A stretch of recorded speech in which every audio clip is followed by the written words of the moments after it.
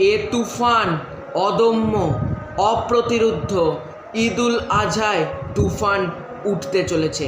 Hello friends, welcome to the new episode of my channel. আমি মৈনাক আর আপনারা দেখছেন Mainak explain YouTube channel বা Facebook page. যেটা থেকে আছো ইউটিউব চ্যানেল হলে ইমিডিয়েটলি সাবস্ক্রাইব করে দাও, আর ফেসবুক পেজ হলে পেজটাকে ফলো করে দিতে কেউ ভুলো না।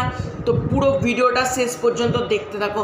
আজকে আমি করব তুফান সিনেমার নিউ পোস্টার রিয়াকশান, যেটা আজকে কিছুক্ষণ আগে ড্রপ করা হয়েছে। তো কেমন লাগলো পোস্টারটা নিয়ে যদি কথা বলি, এক কথায় পুরো প্রিমিয়াম কোয়ালিটির একটা পোস্টার। যেরকম হলিউডে হয়, যেরকম সাউথে হয়, যেরকম বলিউডে হয়, সেই রকম একটা প্রিমিয়াম কোয়ালিটির কিন্তু এখানে পোস্টারটা দেওয়া হয়েছে।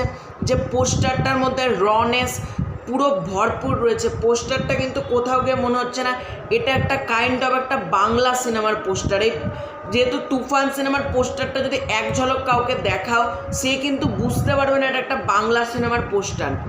মানে পিওর একটা হলিউডের ফিল দিচ্ছে। টিজার বলো, ট্রেলার বলো, টিজার বলো, গান বলো কি পোস্টার বলো, পিওর হলিউডের ফিল দিচ্ছে। আর এখানে সাকিব খানের লুক নিয়ে কথা বলতে হবে। এমনি এমনি মেগাস্টার বলা হয় না। আমিও বলছি মেগাস্টার সাকিব খানের যেভাবে বন্দুকের ওই মেশিন গানটা নিয়ে দাঁড়িয়ে আছে, চোখ মুখের এক্সপ্রেশন, চোখে একটা সানগ্লাস, একটা ব্লু কালারের একটা ব্লেজার বা কোট যেটা বলো না কেন, ওটা পরে আছে। কঠিন তার এক্সপ্রেশন। সাইডে আমরা দেখতে পাচ্ছি এদিকে মিমি চক্রবর্তী এবং অপর দিকে নাবিলাকে, মানে দুদিকে দুটো হিরোইনকে রাখা হয়েছে।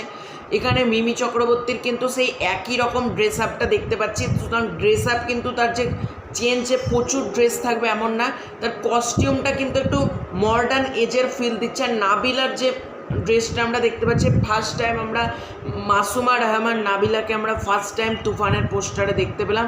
তারও কিন্তু এক্সপ্রেশন যেভাবে স্মাইল করছে ভালো লাগছে। এবং পোস্টারের চারিধারে যে ব্যাকগ্রাউন্ডের কাজ, ব্যাকগ্রাউন্ডটা কিন্তু খুব সুন্দর হয়েছে খুব। এবং ঈদুল আজহায় ঝড় উঠতে চলেছে, কি মনে হচ্ছে ভয়ঙ্কর ঝড় উঠবে কিন্তু। আর SBF মিউজিকের লোগো দেওয়া রয়েছে, ওদিকে এশিয়ান পেন্টসের লোগো এরকম দেওয়া রয়েছে। তো পোস্টারটা কিন্তু এক কথায় খুব সুন্দর হচ্ছে। গল্প সম্পর্কে কিছু বুঝতে পারছি না, তবে একটা ব্যাপার এখানে ক্লিয়ার, সাকিব খানের কিন্তু এখানে ডাবল লুক থাকতে চলেছে। একটা হলো ছোট ছোট চুলে, আর একটা হবে এরকম বড় বড় চুলে।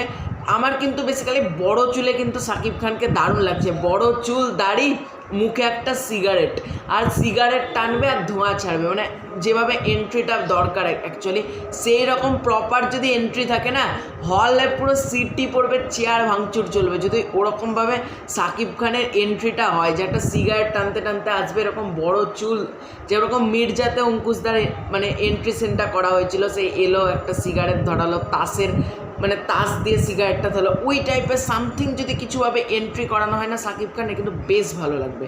এই পোস্টারটা এক কথা একটা মাইন্ড ব্লোয়িং পোস্টার হয়েছে, ফ্যান্টাস্টিক একটা পোস্টার।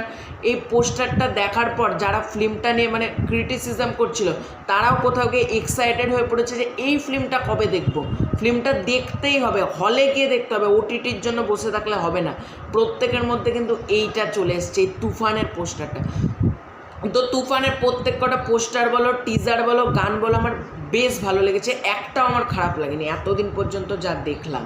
তুফান কিন্তু আমার বেশ ভালো লেগেছে। রায়হান রাফির কাজ যথেষ্ট ভালো।